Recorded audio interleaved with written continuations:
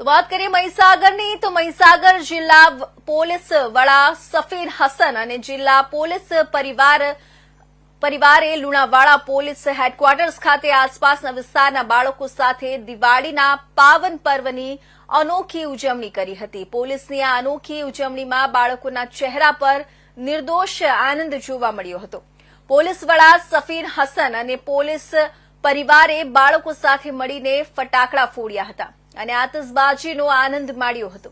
વિવિધ પ્રકારના ફટાકડા ફોડવાનો નિર્દોષ આનંદ બાળકોના ચહેરા પર સ્પષ્ટ દેખાઈ રહ્યો હતો। જિલ્લા પોલીસ વડા અને સમગ્ર પોલીસ પરિવારે બાળકો સાથે હળીમળીને પર્વની ઉજવણી કરીને એક સકારાત્મક ઉદાહરણ પૂરું પાડ્યું હતું। આ પ્રસંગે પોલીસ વડા સફીર હસને મહીસાગર જિલ્લાવાસીઓને દીપાવલી પર્વ અને નૂતન વર્ષની શુભકામનાઓ પાઠવી હતી।